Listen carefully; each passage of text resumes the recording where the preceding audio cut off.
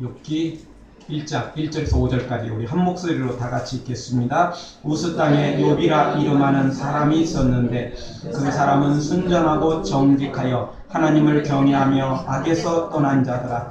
그 소생은 남자가 7이요 여자가 3이며 그 소유물은 양이 7천이요 약대가 3천이요 소가 500결이요 암나귀가 500이며 종도 많이 있었으니 이 사람은 동방 사람 중에 가장 큰 자라. 그 아들들이 자기 생일이면 각각 자기의 집에서 잔치를 베풀고 그 누이 셋도 청하여 함께 먹고 마심으로 그 잔칫날이 지나면 욥이 그들을 불러다가 성결케 하되 아침에 일어나서 그들의 명수대로 번제를 드렸으니 이는 욥이 말하기를 혹시 내 아들들이 죄를 범하여 마음으로 하나님을 배반하였을까 함이라. 욥의 행사가 항상 이러하였더라. 아멘.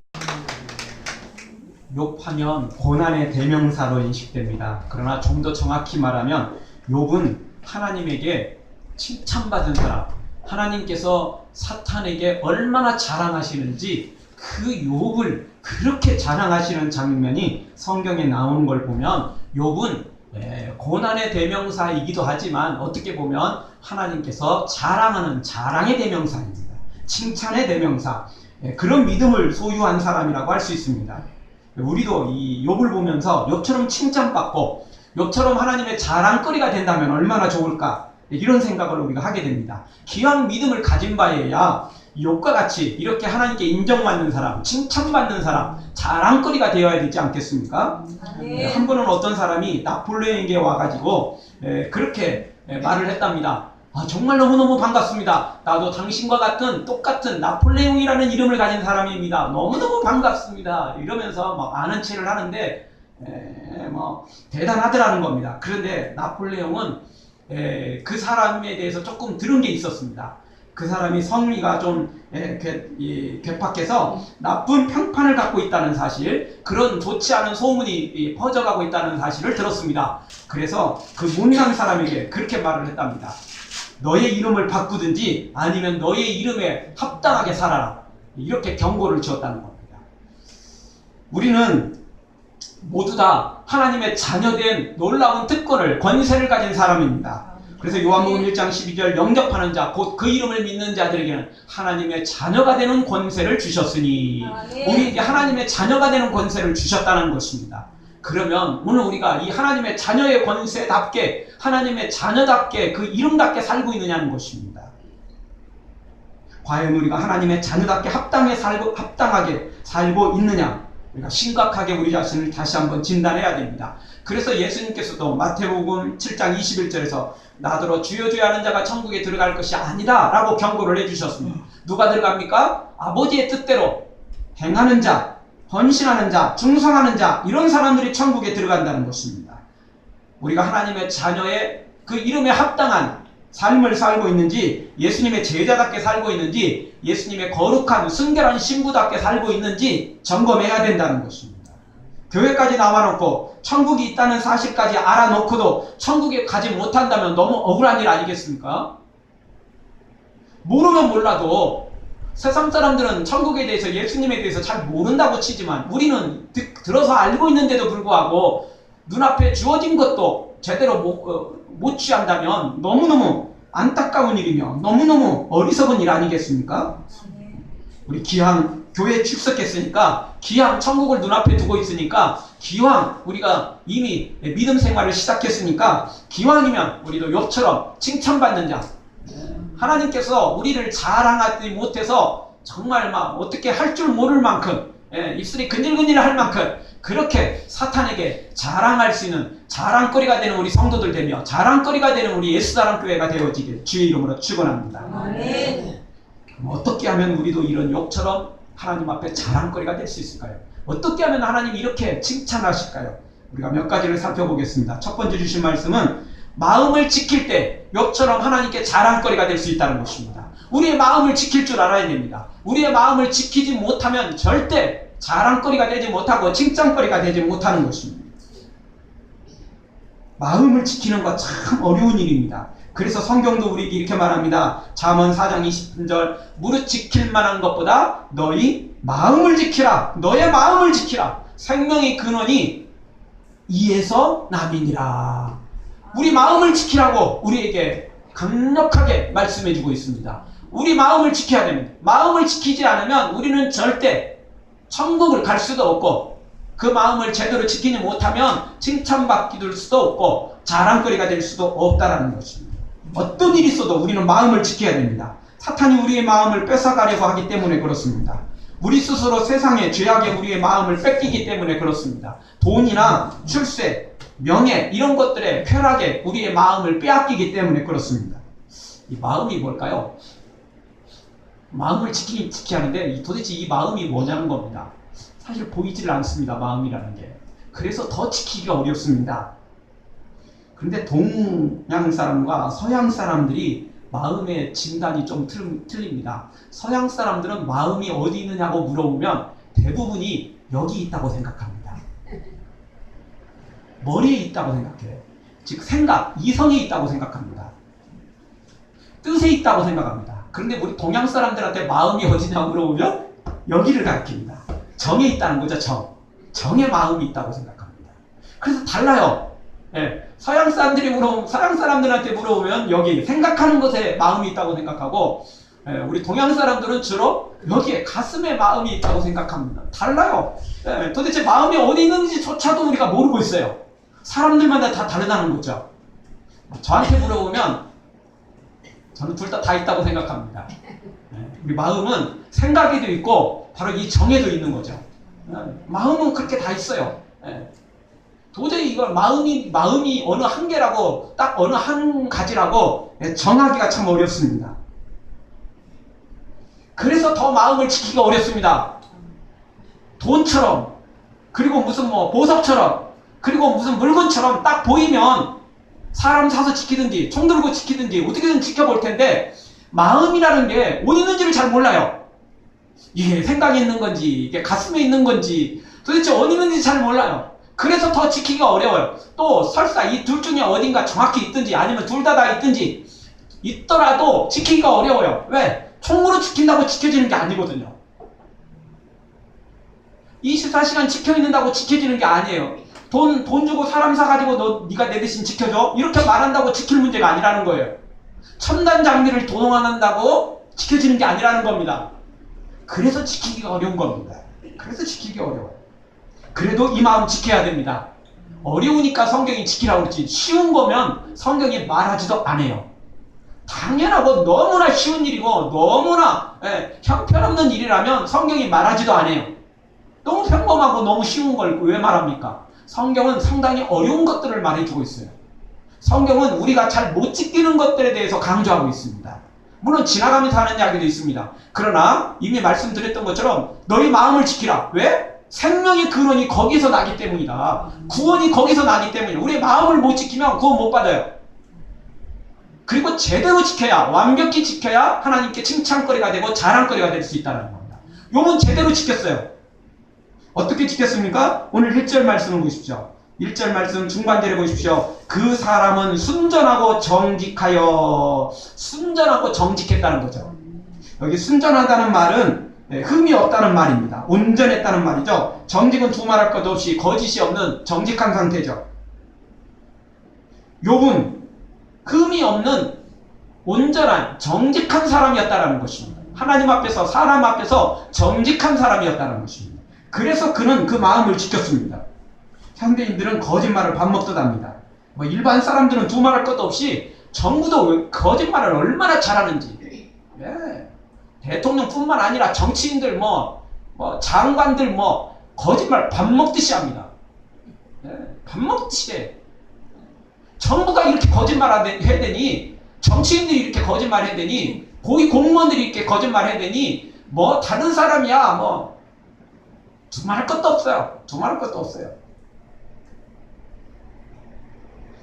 영국에서 부부를 상대로 한 연구를 한 게 있습니다. 그런데 아내보다 남편들이 거짓말을 더 많이 한답니다. 남편은 하루에 6번 거짓말하고 아내는 3번을 거짓말한답니다. 그런데 남편은 양은 많지만 거짓말의 깊이나 정도가 너무 얕아가지고 어설퍼서 금방 탄로난답니다. 이 아내들은 거짓말의 깊이가 얼마나 대단하고 깊고 또 얼마나 철저한지 절대 들통나지 않는답니다. 그래서 남편들이 거짓말을 많이 하긴 하는데 들통나는 건 다 남편들이 들통난답니다. 아내들은 거짓말 적게 하는데 너무나 철저히 거짓말하는 바람에 절대 들통이 안 난다는 거예요. 영국이나 우리나라 사람들이나 거짓말하는 것은 비슷한 것 같습니다. 내용이. 그래서 그 조사에 의하면 남편이 거짓말하는 1등은 별일 없어. 직장에 무슨 일 있어도 없고 뭐 잘렸어도 별일 없다고 그러고 뭐 다 그렇죠. 별일 없다고 말하는 게 1등이에요.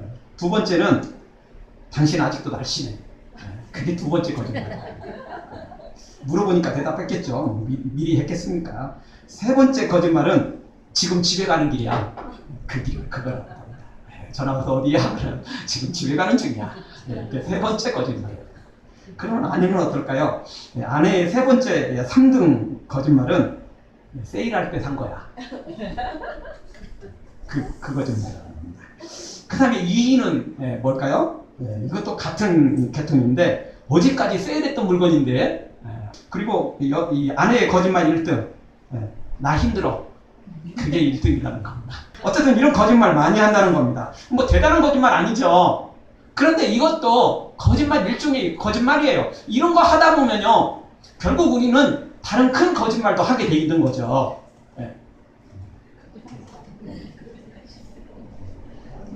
나 거짓말 한 번도 안 했어. 뭐 이런 사람들도 있더라고요. 그 사람은 거짓말하고 있는 거예요. 어떻게 사람이 거짓말을 안 씁니까? 자신도 모르는 사이에 말이 나와요. 그렇지 않아요? 과장을 시키는 것도 거짓말은 거짓말이에요. 사실이 아닌 건 거짓이에요. 그렇죠. 나 힘든데 힘 안 들어. 그것도 거짓말이고 아픈데 안 아프다 하는 것도 거짓말이고 안 아픈데 아프다 하는 말도 거짓말이에요.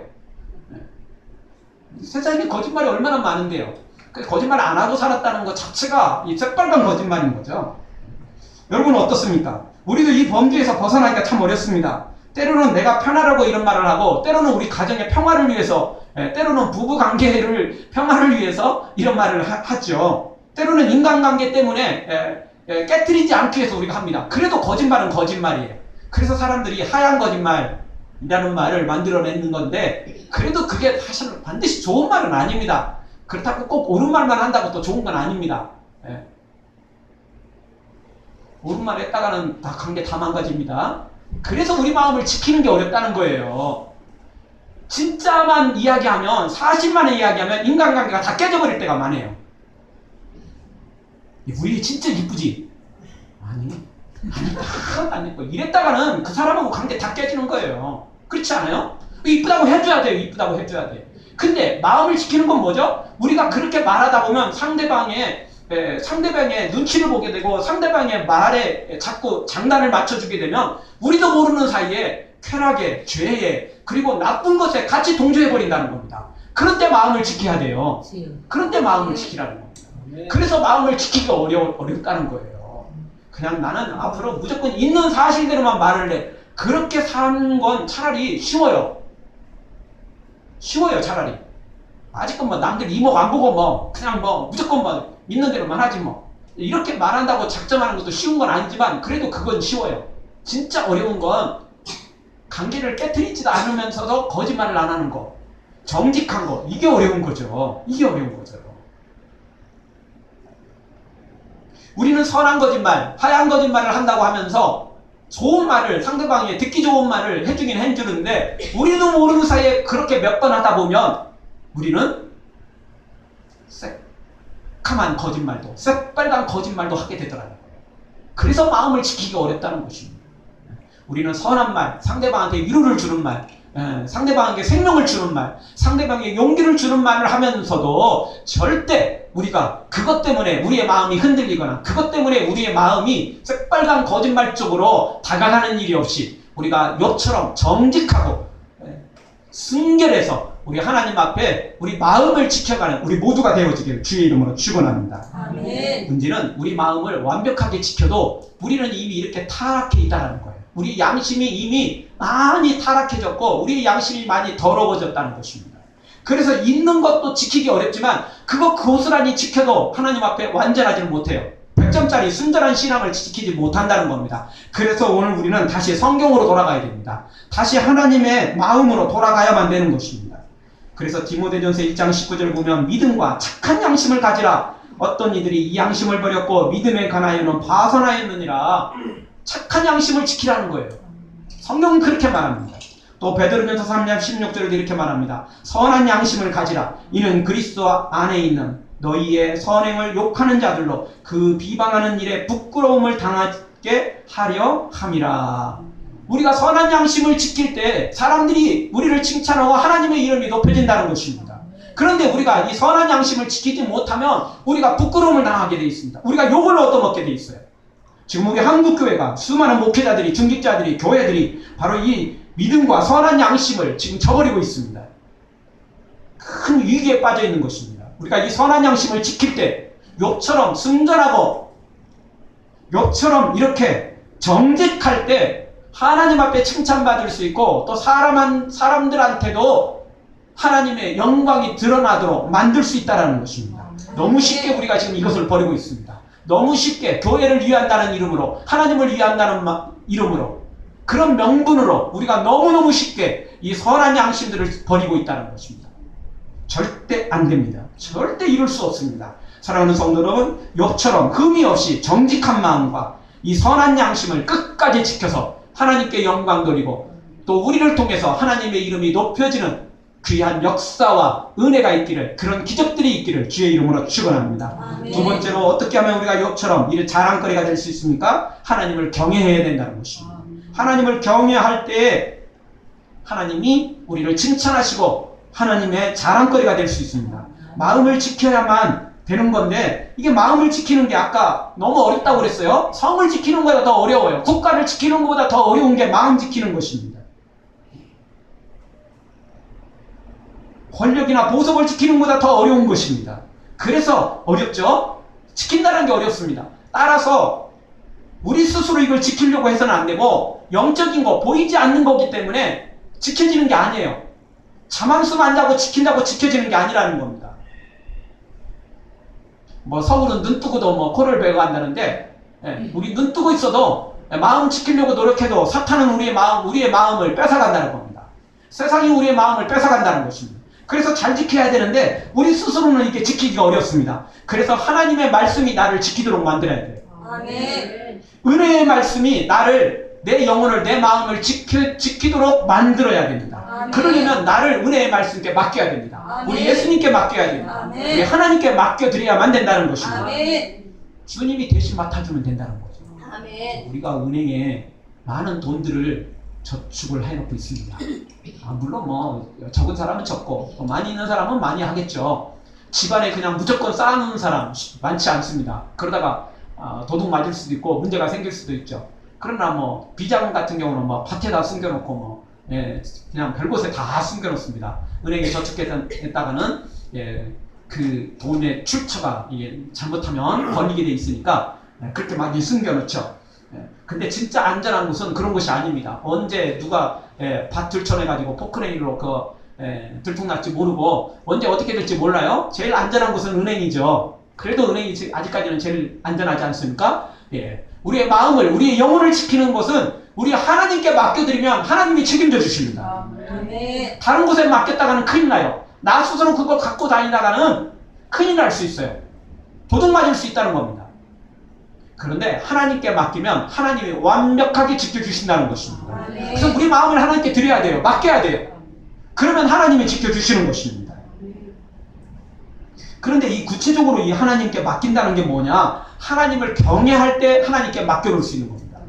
맡겨놓고는 조금 이따 또 와서 찾아가고 그러다가 또 뭐 내가 갖고 있기는 좀 불안하다. 그러면서 또 맡기고 또 맡겼다가는 또 이거 원래 내 건데 왜 네가 갖고 있어? 그러면서 또 뺏어가고 이래가지고는 곤란해요. 그래서는 곤란한 것입니다. 하나님을 두려워하면 하나님께 진짜 맡길 수 있는 것입니다. 이 두려워한다는 것, 이 하나님을 공경한다는 것, 오늘 성경은 이렇게 말합니다. 1절 중반절을 보십시오. 하나님을 경외하며, 욥은 하나님을 경외했습니다. 이 경외한다는 말은 공경하면서도 두려워한다는 것입니다. 여러분, 우리가 하나님을 이해하기가 참 어렵습니다. 어떤 사람들은 하나님을 너무 무서워해서 탈이고, 어떤 사람들은 하나님은 사랑의 하나님이다 그래가지고 하나님을 너무 사랑의 하나님으로만 알아가지고 하나님을 너무 만만하게 여겨요. 만만하다 여기지 못해서 이제 우습게 여기는 것이 아닐까 생각될 정도로 하나님을 너무 우습게 여기는 사람들이 있어요. 왜 그렇죠? 하나님은 사랑의 하나님이다 라는 생각 때문에 그렇습니다. 근데 창세기 22장 12절 보십시오. 사자가 가라사 그 아이에게 손을 대지 말라. 아무 일도 그에게 하지 말라. 내가 내 아들 내 독자라도 내게 아끼지 아니하였으니 내가 이제야 네가 하나님을 경외하는 줄 아노라. 아브라함이 하나님을 경외한다는 증거를 뭘로 드렸습니까? 자기 아들 이삭을 하나님께 드리면서 하나님을 경외하는 것을 증명해냈다는 것입니다. 말로 경외한다고 경외가 아닙니다. 하나님의 말씀이 떨어지면 자기 생명도 내어놓을 줄 알아야 되고, 자기 자식도 내어놓을 줄 알아야 되고, 자신의 모든 재산도 인생도 내어놓을 줄 아는 때, 그때 진짜 하나님을 경외하는 것입니다. 물론 하나님이 내어놓으라고 해서 하나님이 다 가져가시는 건 아닙니다. 하나님이 그렇게 말씀하실 때는 우리한테 특별한 뭔가 복을 주시려고 말씀하시는 거예요. 우리를 테스트하는 거라는 겁니다. 하나님은 절대 뺏어가는 분이 아니에요. 예수님을 이 땅에 보내셔서 십자가에 죽으시기까지 우리를 위해서 사랑해 주신 분이고, 우리를 위해서 생명까지 내어주신 분인데 뭐가 아쉬워서 하나님 뺏어가겠어요? 세상의 모든 것들이 다 하나님 것입니다. 금과 은, 모든 우주가 다 하나님의 것입니다. 하나님은 가난하지 않습니다. 하나님은 부족한 게 없어요. 그런데 우리한테 뭘 뺏어가겠어요?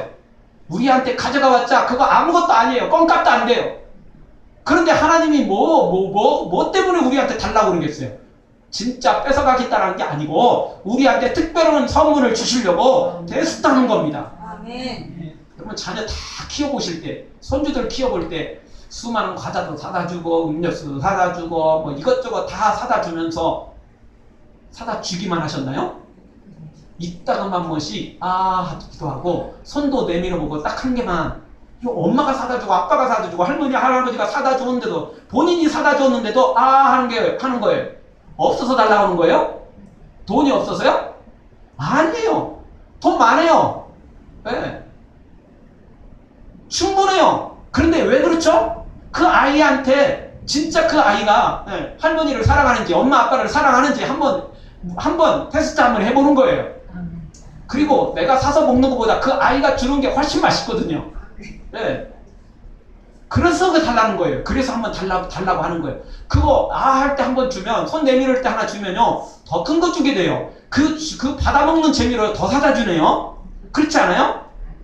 근데 받을 때는 그렇게 좋게 받아놓고 했더니 뒤돌아서 버리고, 손 내밀었더니 안 돼, 뺏어가 버리면 솔직히 그 다음부터는 2번 사다 줄 거 1번으로 줄어들고, 아니 10번 사다 줄 거 1번을 줄어들어요. 그럴 수밖에 없어요. 하나님께서 우리한테 할 때, 하나님께서 우리에게 손 내밀을 때 한 개만 이렇게 말할 때는 우리한테 더 많이 주시려고 원하시는 거예요. 아멘. 그런데 우리가 안 돼요. 그러면서 뒤로 돌아서 버리면, 그거 주머니에 감춰버리면 심각해지는 것입니다. 그건 하나님을 경외하는 게 아니에요. 하나님을 두려워하는 게 아니라는 겁니다. 하나님을 만만히 보는 거죠. 하나님을 봉으로 보는 거죠. 결국 자신 스스로가 자기 복을 차버리는 사람인 것입니다. 너무 어리석은 사람입니다. 출애굽기 1장 21절에 보면 산파들이 애굽 왕의 바로의 명령을 어기고, 즉 아들이 태어나면, 남자아이가 태어나면 무조건 너희들이 죽여버려라. 왜냐하면 산모들이니까, 산모가 아니죠. 산파들이니까 아이가 태어날 때 아이를 받는 산파가 남자아이인지 여자아이인지 금방 구별해서 할 수 있잖아요. 사실 목 쥐어버리면 숨 못 쉬게 되고 그럼 금방 죽을 수 있거든요. 그런데 그 산파들이 하나님을 두려워하고 하나님을 경외해서 남자아이들을 다 살려줍니다. 애굽 왕이 누굽니까? 바로가 누구냐고요? 생사를 쥘 수 있는 거예요. 사람 목숨을 파리 목숨보다도 우습게 여기는 사람이 그런 사람이라고요. 산파들 한순간에 말 한마디만 잘못하면 그냥 그걸로 목숨이 끊어진다고요. 그런데 그들은 하나님을 두려워해서 하나님의 말씀에 순종하더라는 것입니다. 그게 하나님을 두려워하는 것이며 그것이 하나님을 경외하는 것입니다. 눈에 보이는 대로 하는 게 아니고 당장 급한 대로 하는 게 아니라는 것입니다. 그것이 하나님을 두려워하는 것이며 경외하는 것입니다. 욥이 그랬다는 것입니다. 욥은 하나님을 경외하며 살았어요. 당장 눈앞에 보이는 이득을 따라가지 않고 보이지 않아도 하나님을 바라보고 따라갔다는 것입니다. 그래서 하나님을 경외했다라고 오늘 성경은 소개해주고 있습니다. 그런데 현대 교인들이 너무 우습게 여깁니다. 뭐라고 하는 줄 아세요? 하나님도 다 이해하실 거야. 하나님도 다 아실 거야. 그러면서 쉽게 넘어가요. 그러다가 큰 코 다칠 수 있습니다. 그러다가 하나님께서 여러분에게 너도 다 이해하지? 너도 내 마음은 다 이해하지? 마음은 이런데 너한테 이렇게 못해주는 거 너도 이해하지? 이렇게 말씀하시면 어떻게 하실래요? 나도 너 천국 데려가고 싶은데 네가 한 짓 때문에 너 지옥에 보내는데 그래도 너 내 마음 이해하지? 이렇게 말씀하시면 어떻게 하시려고요? 함부로 할 이야기 아닙니다. 그거 진짜 함부로 할 이야기 아닙니다. 하나님은 행한 대로 갚으십니다. 아멘. 하나님도 다 이해하실 거야 하면서 내 마음대로 하면 하나님도 마지막 심판날에 너도 다 이해하지? 하면서 하나님 마음대로 하실 수 있습니다. 그렇게 하면 우리가 방법이 없어요. 방법이 없는 것입니다. 물론 하나님은 사랑의 하나님이라 우리에게 기회를 주시는 건 사실입니다.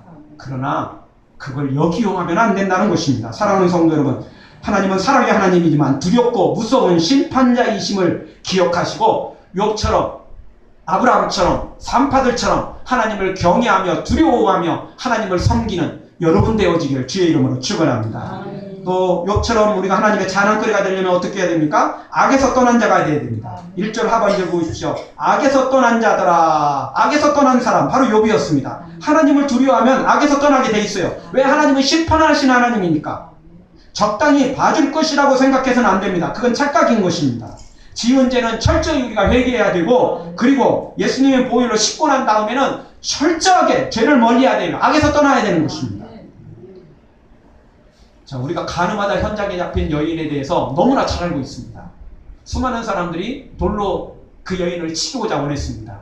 그리고는 그 여인만 잡는 게 아니고 이번 기회에 예수님도 같이 잡아버리자 생각으로, 율법은 이런 여인은 돌로 쳐 죽이라고 하는데 당신은 어떻게 했으면 좋겠습니까? 묻죠. 예수님이 말씀하시죠. 누구든지 죄 없는 자가 저 여인을 돌로 쳐 죽여라. 아무도 죄 없는 사람이 없었거든요. 결국 돌을 다 던지고 다 뒤돌아서 가버립니다. 우리는 여기까지만 알고 있어요. 뒤에 알긴 아는데 뒤에 별로 신경을 안 써요. 그 뒷말씀이 뭐가 있죠? 여인에게 해준 말씀이 있어요. 너를 돌로 찌르는 자들 다 어디 있느냐? 없습니다. 여인이 대답하죠. 그리고 나서 예수님이 하신 말씀이 무엇입니까? 요한복음 8장 11절 예수께서 가라사대 나도 너를 정죄하지 아니하느니 가서 다시는 죄를 범치 말라. 이 말씀을 주셨다라는 것입니다. 용서가 끝이 아니에요. 용서가 중요한 게 아니에요. 그보다 더 중요한 말씀, 물론 용서해 주셨다는 거 중요한 겁니다. 그러나 그거보다 더 중요한 말씀은 다시는 죄를 짓지 말라는 거예요. 아멘. 다시는 죄를 짓지 말라. 이것이 예수님의 핵심인 것입니다. 그런데 우리는 예수님이 용서해 주셨어. 우리 예수님은 용서해 주시는 분이야. 이것만 강조를 할 뿐 다시는 죄를 짓지 말라는 예수님의 경고의 말씀은 너무 쉽게 무시해버린다는 것입니다. 절대 아닙니다. 절대 아닙니다. 예수님은 용서해 주시는 분인 건 사실이지만 죄를 밥 먹듯 하는 것은 절대 용서하지 않습니다.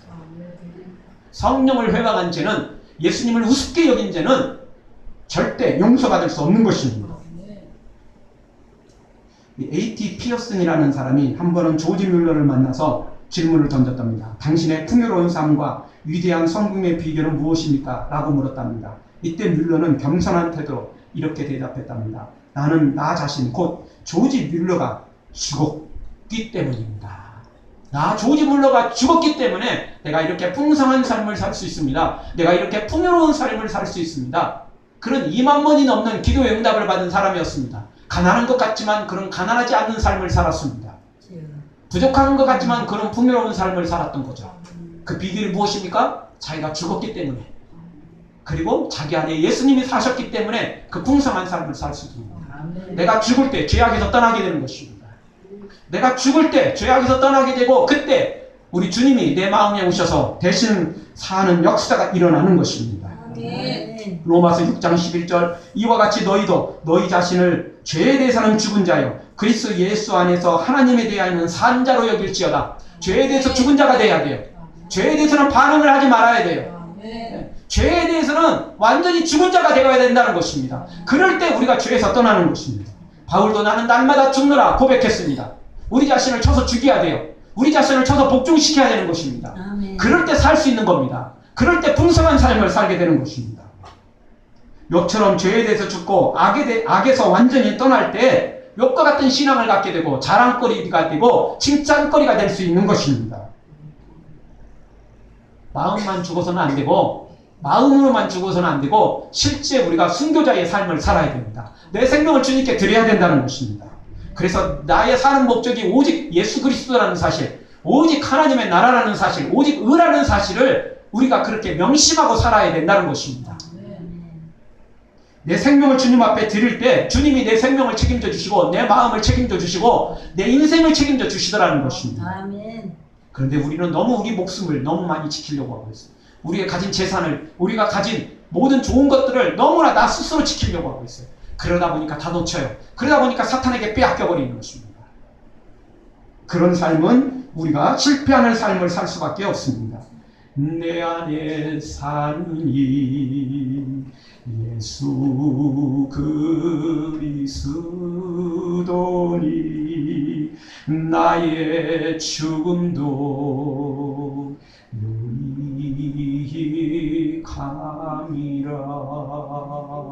바울처럼 나의 죽음도 주님을 위한 것이라면 그것도 유익한 것이다. 내 생명도 내어놓고 나의 모든 것도 주님께 내어놓고 주님이 내 생명을, 나의 모든 것들을 대신 지키시고 주님이 높이시고 주님이 사용하시는 놀라운 기적의 주인공들 되어지길 주의 이름으로 축원합니다. 마지막 네 번째로 어떻게 하면 욥처럼 우리가 하나님께 자랑거리가 될 수 있습니까? 그것은 신앙의 유선을 물려줄 때에 칭찬거리가 될 수 있고 자랑거리가 될 수 있다는 것입니다. 욥에겐 10명의 자녀들이 있었습니다. 그런데 그 10명의 자녀들이 생일이 되면 온 자녀들이 한자리에 모여서 같이 잔치상을 대하면서 그렇게 형제 우애를 해나갔던 집안이었습니다. 그런데 그렇게 생일잔치를 하고 나면 욥이 불러다가 꼭 제사를 드렸습니다. 꼭 제사를 드렸습니다. 제사를 드리면서 하나님 앞에 믿음으로 세워지도록 했습니다. 마음으로 하나님을 배반하지 않았을까? 당연히 눈에 드러나고 자기 귀에 들릴 만큼 그렇게 자녀들이 죄를 졌다면 뭐 두말할것도 없거니와 욥은 뭐까지 생각했냐면 자녀들의 마음까지도 생각했어요. 그래서 5절 중반절을 보십시오. 욥이 말하기를 혹시 내 아들들이 죄를 범하여 마음으로 하나님을 배반하였을까? 마음으로 죄를 진 건 욥도 모르잖아요. 아버지도 모르잖아요. 그래서 혹시 마음으로 지은 죄가 있을지도 모르니까 그런 기회 때 잔치로 모였을 때 특별히 다 불러나가 제사를 하나님께 아들 명수대로 자녀들 명수대로 하나님께 제사를 드렸다는 것입니다. 그래서 5절 중반절에 보면 성결케 하되 아침에 일어나서 그들의 명수대로 번제를 드렸으니 한꺼번에 묶어서 드리는 것도 아니고 아들 하나 딸 하나 일일이 자녀마다 하나님께 제사를 드렸다는 것입니다. 그런데 여기서 또 하나 중요한 것 중에 하나는 5절 하반절입니다. 욥의 행사, 거기서부터 우리 한 목소리 한번 읽겠습니다. 욥의 행사가 항상 이루어하였더라. 아멘. 다시 한번 읽겠습니다. 욥의 행사가 항상 이루어하였더라. 욥이 어쩌다 한 번씩 한 5년 정도만, 아니 10년만? 아니에요. 욥의 행사가 항상 이뤘어요. 매달 그랬고 매년 그랬고 항상 그랬다는 거예요. 말로만 그런 게 아니에요. 일관성 있게 했어요. 이 집 가훈이 이것이었어요. 마지막 유언이 이것이라고 말할 정도로 욥은 항상 일관되게 했어요. 항상 이걸 했어요. 말로만 한 게 아니고 그걸 가장 중요시 여겼다는 것입니다. 귀에 딱지가 생길 정도로 그렇게 말만 한 게 아니고 실제 불러다가 이 일을 진행했다는 것입니다.